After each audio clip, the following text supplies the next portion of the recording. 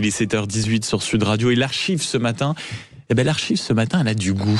Faut reconnaître que nous vivons une époque étrange, une époque qui ne veut plus distinguer en réalité, une époque qui supporte de moins en moins l'idée qu'il existe des degrés, des hauteurs, des sommets, puis des chefs-d'œuvre. Tout doit être mis désormais au même niveau. Le débutant avec le génie, la jeune pousse avec la légende, l'apprenti avec le maître. Et puis, pour preuve, on distribue des prix pour tout, pour rien, pour n'importe quoi, jusqu'à épuiser l'idée même de récompense. Dans les musées, les foules restent accrochées à leur téléphone, photographiant les chefs-d'œuvre et incapables d'admirer un tableau autrement qu'à travers un écran. Au théâtre, par exemple, on ne regarde plus toujours la pièce, on attend simplement la fin pour prendre en photo la star des planches pendant les applaudissements. Nous vivons un temps étrange où l'on trouve volontiers snob et brutal le simple fait d'affirmer qu'un violon de Ravel vaut mieux qu'un vacarme interchangeable, qu'un grand film est autre chose qu'un divertissement vulgaire ou qu'une sculpture n'est pas un graffiti. Bref, qu'il existe, oui, désolé de vous l'apprendre, une hiérarchie du beau. Et c'est précisément pour cela que cette archive fait du bien ce dimanche matin.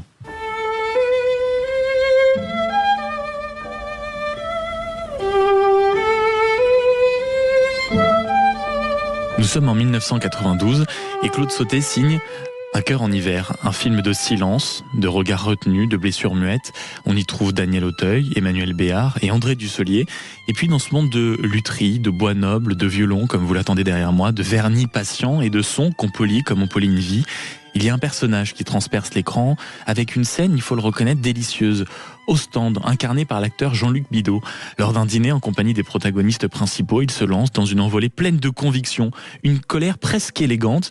Il dit, en substance, ce que beaucoup n'osent plus formuler, surtout aujourd'hui, mais que tout est désormais mis sur le même plan. La sculpture et le graffiti, le grand film et l'émission vulgaire de télévision, l'air de violon sublime et le bruit qui passe. Ce n'est pas un caprice, un d'esthète, ce n'est pas une moue de vieux monsieur regrettant le temps d'avant, c'est une inquiétude bien plus profonde, celle d'un monde qui, à force de ne plus vouloir juger, finit par ne plus savoir admirer. Et c'est cela qui rend cette scène si belle. Elle n'est pas réactionnaire, elle est lucide. Et puis elle rappelle accessoirement qu'un chef-d'œuvre ne se remplace pas et que tout ne se vaut pas. Jean-Luc Bidault, Claude Sautet, dans ce chef-d'œuvre qui est Un cœur en hiver, 1992. Sous prétexte que tout est culturel, on finit par mettre sur le même plan un clip et une pièce de Claudel, un mur barbouillé par des taguères et une fresque de Piero de la Francesca, la sonate de Ravel que notre ami va jouer, et pourquoi pas la tarte aux pommes de Madame Amet. Vous préférez un frais-frais ? Je suis sûr qu'elle est délicieuse. Non mais il y a une confusion extraordinaire, sans précédent, tout est là, pêle-mêle. Mais rien ne nous interdit de choisir. Mais si, justement, puisque tout se vaut, on subit tout avec la même attention flottante. L'horreur, c'est ce consentement collectif, cette chose molle qui nous assiège. Excusez-moi, je crois à une certaine vigilance de la pensée. Diable. Ça vous paraît pompeux ? Non, nous écoutons la voix de la tradition. Sévère. Mais courageux. La tradition. C'est ça. Je suis réac. Non. Non, tu exprimes dans un monde menacé par le débordement démocratique le point de vue d'une élite inquiète à juste titre. L'élitisme, je l'ai combattu toute ma vie. Il y a quelque chose de bêlant dans tout ce qu'on entend aujourd'hui. Je suis d'accord qu'il y a des confusions, mais au moins la culture n'est plus le domaine réservé de quelques-uns.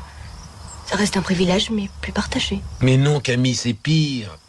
Toutes ces foules sans aucun repère qui piétinent dans les musées. Mais si dans ce musée, au milieu de cette foule qui ne voit rien, il n'y a qu'une seule personne qui rencontre une œuvre qui la touche, qui va peut-être changer sa vie, c'est déjà beaucoup, non ? Et ça s'est toujours passé comme ça. Je ne crois pas.